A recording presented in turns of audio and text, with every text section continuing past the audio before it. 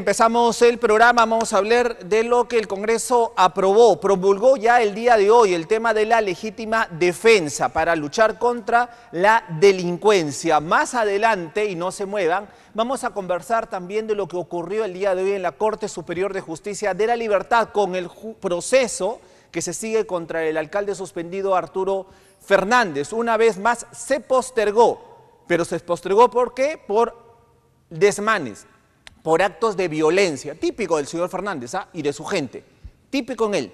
O sea, si hablamos de Arturo Fernández, hablar simplemente de violencia verbal, violencia física.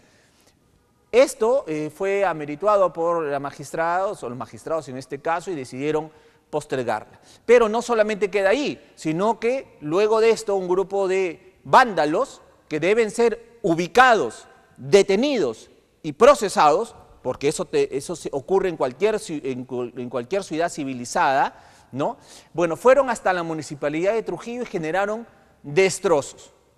Reitero, en cualquier sociedad civilizada esto no puede ocurrir, no de la manera en que se ha registrado en horas de la tarde. Pero en fin, esto vamos a conversarlo más adelante, pero vamos a terminar con algo también propositivo que nos tiene que, pese a toda la crisis que vivimos, nos debemos sentir orgullosos. Orgullosos por ser liberteños, por vivir en esta tierra, por vivir en la libertad. Y este domingo hay una actividad importantísima en donde creo que todos los trujillanos tenemos que unirnos y respirar algo, al menos de orgullo, de identidad. Con eso conversaremos más adelante con el señor Constante Traverso. Pero vamos a hablar del tema inicial, el tema de la legítima defensa, que es algo que ha aprobado, ya ha promulgado el día de hoy el Congreso de la República y que mañana ya va a ser aprobado ya o publicado, en este caso el peruano, y va a ser ley vigente. En este tema de la legítima defensa implica que cualquier ciudadano puede, al sentirse agredido, puede utilizar la fuerza. Y si esta fuerza termina matando al delincuente, al ciudadano aparentemente no le pasaría nada. Pero es la solución. Kluber Aliaga se encuentra con nosotros, ha sido ministro de Interior, es conocido también porque finalmente ha estado en estas tierras del norte de nuestro país y conoce de cerca la realidad. Señor Kluber Aliaga, muy buenas noches, bienvenido. Muy buenas noches, Carlos, encantado de estar nuevamente contigo. Un tema sumamente importante que todos los peruanos deben conocer, deben saber para poder interpretarla y aplicarla correctamente, ¿no? La ley de la legítima defensa. Efectivamente, vamos a colocar unos cuadros para todos conocer en qué consiste la norma y es lo que se ha difundido el día de hoy. Lo tenemos, por favor, ahí, Walter, apóyame con estos cuadros que tenemos para que el público televidente entienda en qué se basa esta norma y cuáles son los nuevos lineamientos que se ha dado en esta ley de alcances de la legítima defensa. Ahí lo tenemos, dice la autógrafa, modifica el numeral número 3 del artículo 20 del Código Penal, Decreto Legislativo 635, referido a la exención de responsabilidad penal. Dice allí, el que obra en defensa de bienes jurídicos propios o de terceros, con el uso de la fuerza, incluido el uso de la fuerza letal, siempre que concurra las circunstancias siguientes, es lo que ampara la norma, ¿no? El que en defensa de sus bienes jurídicos propios o de terceros, y utilizando la fuerza, incluso la fuerza letal, ¿no? Pueden adherirse, finalmente pueden invocar esta norma. ¿De qué se trata? Dice, en caso de agresión actual, ilegítima y real, necesidad racional del medio empleado para impedirla o repelerla. Se excluye, y ahí tenemos el otro cuadro, se excluye para la valoración de este requisito el criterio de proporcionalidad de medios, ¿no? Si él tuvo un cuchillo y tuviste un arma, te metías en un problema judicial. Ahora, esta norma dice que no hay tanto eso, ¿no? Con la proporcionalidad de medios, considerándose su lugar, entre otras circunstancias, la intensidad y la peligrosidad de la agresión, la forma de proceder del agresor y los medios que se disponga para la defensa. Falta de provocación suficiente de quien hace la defensa. En torno a la modificación del artículo 21 del Código Penal, ahí estamos en el otro cuadro, ¿no? El Decreto Legislativo 635 sobre la responsabilidad restringida, dice, si la persona que repele la agresión ilegítima hubiera hecho uso de un arma de fuego inscrita legalmente a su nombre, Esta será incautada dentro de los 48 horas que requiera la autoridad para las investigaciones preliminares bajo responsabilidad. Así que si utiliza un arma de fuego, este caso será incautada y demás. Pero hay otro artículo que se ha modificado, el 268, el literal D del artículo 268 del nuevo Código Procesal Penal, que dice: no procede la prisión preventiva en los casos de inminente aplicación de la legítima defensa propia o de terceros conforme a la ley, salvo la presencia de antecedentes y o pruebas fehacientes que justifican la existencia del delito o que recaiga sobre personas con sentencia firme y condenatoria. Pero, amigos televidentes, señor Aliaga, bajo lo que estamos mirando ahorita en estos términos, un poco repetitiva de lo que hemos tenido y por momentos un poco vaga también. No sé, esa es mi apreciación. ¿Qué opinión tiene usted? Sí, Carlos, lo que todos los peruanos debemos saber, en principio, es que esta norma trata de corregir, trata de aclarar este concepto de legítima defensa. Lo que pasa es que el derecho no solamente es lo que está escrito, sino cómo se interpreta y cómo se aplica. Y hemos venido viendo que se ha estado interpretando y aplicando totalmente mal, apartándose de lo que es el derecho. ¿Qué cosa es el derecho? El derecho es simplemente una invención del ser humano para establecer reglas que permitan la vida en sociedad, que permitan que podamos convivir miles o millones de personas de la manera más pacífica, ordenada y productiva posible, ¿no? Entonces el derecho jamás debe reprimir aquellas conductas que permiten precisamente esta paz, este orden social, como por ejemplo defenderse de una agresión ilegítima. Si alguien quiere ingresar a tu casa, te quiere robar, te quiere matar o te quiere hacer algún daño, tú tienes el legítimo derecho de defenderte. Y en esa defensa puedes originar lesiones o muertes al agresor, al delincuente, y tú debes estar exento de responsabilidad. ¿Por qué? Porque te estás defendiendo. El derecho está para reprimir toda conducta desviada, para reprimir todo delito, todo acto cometido por cualquier persona que es lesiva, que perjudica, que hace daño a su semejante. Esa es la esencia del derecho. Pero parece en nuestro país se ha aprendido mal el derecho y se aplica pésimamente. Nosotros tenemos un sistema de justicia que adolece de serias deficiencias y nosotros tenemos el compromiso como país, como ciudadanos, de procurar que este servicio de justicia mejore. ¿Por qué? Porque una justicia de calidad pone orden, pone disciplina social, da seguridad jurídica y permite la convivencia pacífica de todos los ciudadanos. Por eso es que este servicio de justicia se constituye como un poder, ¿no? ¿Por qué? Porque es sumamente importante para el país. Pero si es que es bien aplicado, si es mal aplicado, si termina encarcelando a los ciudadanos que se defienden, a los policías que defienden a los ciudadanos, Sí.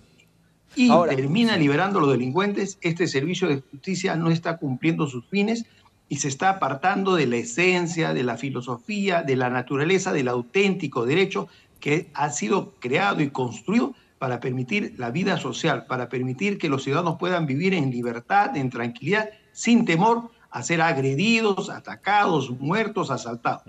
Sin embargo, ahora el Congreso ha dado ya esta ley que la ha promulgado el día de hoy, el presidente del Congreso. Sin embargo, esta ley, con todos estos preceptos nuevos ante la modificación del Código Procesal Penal y demás, ¿van por ese rumbo? ¿Van en el sentido de clarificar lo que aparentemente no estaba tan claro?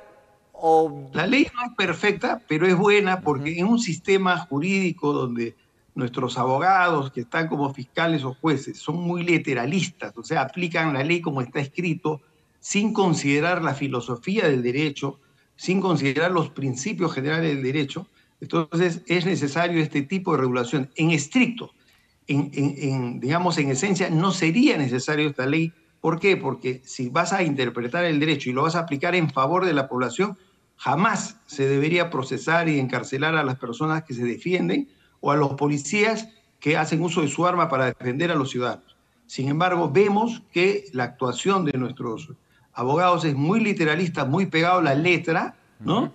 Entonces es necesario hacer este tipo de de precisión es indicar que no se podrá dictar la medida de detención preliminar, ¿no? Se puede hacer la investigación en libertad y esperemos que también en esta investigación se actúe con el criterio de defender a la sociedad, defender a la ciudadanía, y la función del derecho es reprimir las conductas delictivas, las conductas desviadas, las conductas lesivas.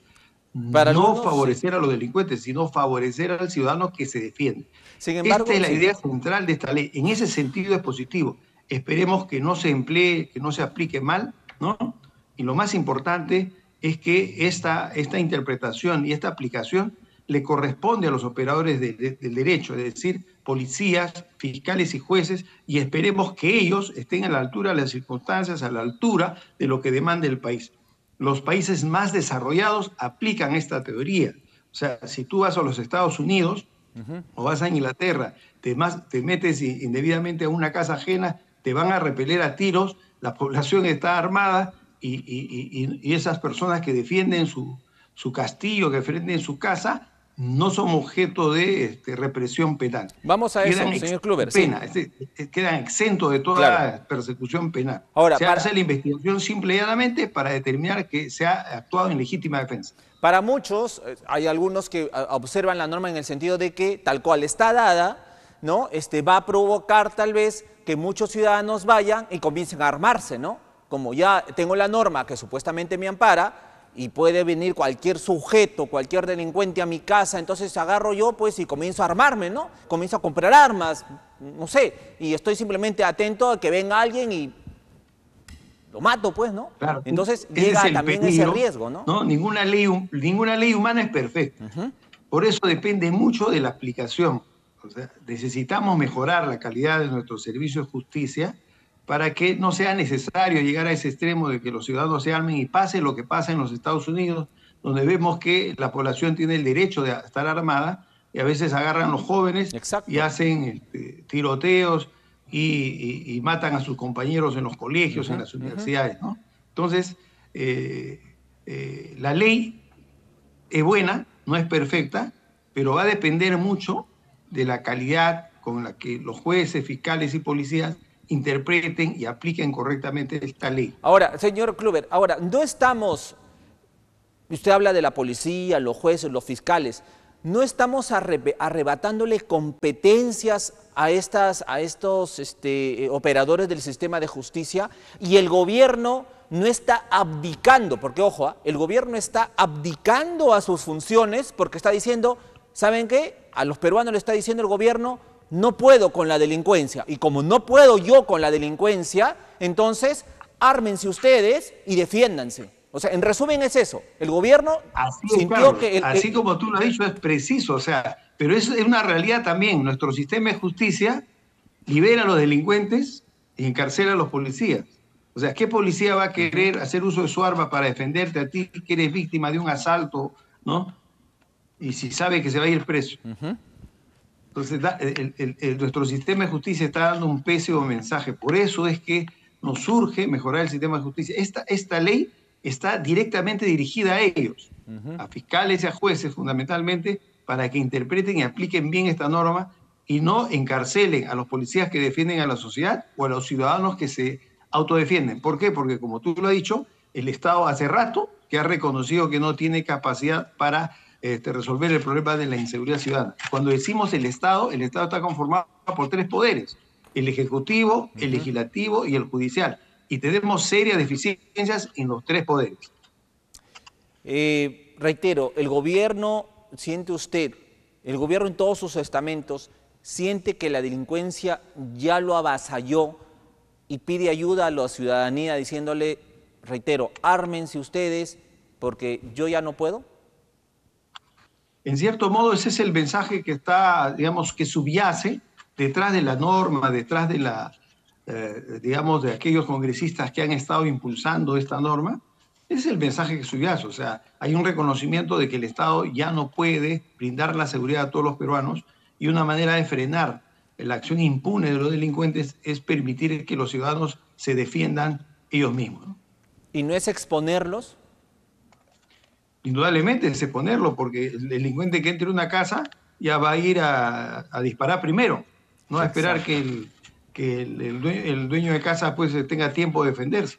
Claro, Entonces, ahora el delincuente sí, ahora el es una delincuente, norma, como te permítame, digo, no es perfecta, ahora el pero frente a la delincuente, mala sí. aplicación que se ha venido dando de esta Ujú. ley de legítima defensa, ¿no? Resulta necesaria. Indudablemente en el camino se puede mejorar, se puede perfeccionar, pero no podemos quedarnos también de brazos cruzados y permitir que siga así, o sea, que Ujú. se siga encarcelando a la gente ahorita, a los policías que han Claro, hecho uso de su arma de fuego, ¿no? Cuando han estado patrullando y exacto, han visto un asalto, han intervenido, han herido o han matado a un delincuente y terminan siendo procesados y encarcelados. ¿Cómo, efectivamente. cómo, cómo digamos, los policías van a estar con el ánimo de cumplir bien con su labor si por hacer su trabajo se los encarcela?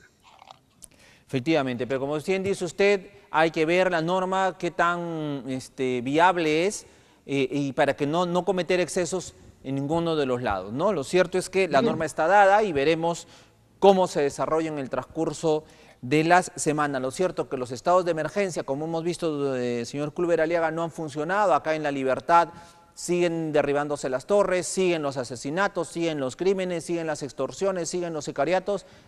No ha parado, sigue igual, sigue igual. Entonces, el gobierno, reiteramos, pues ha fracasado en todo el tema de la seguridad ciudadana y ahora pues vamos a tener que defendernos nosotros de algún modo. Ese es el mensaje, reitero, que se está dejando.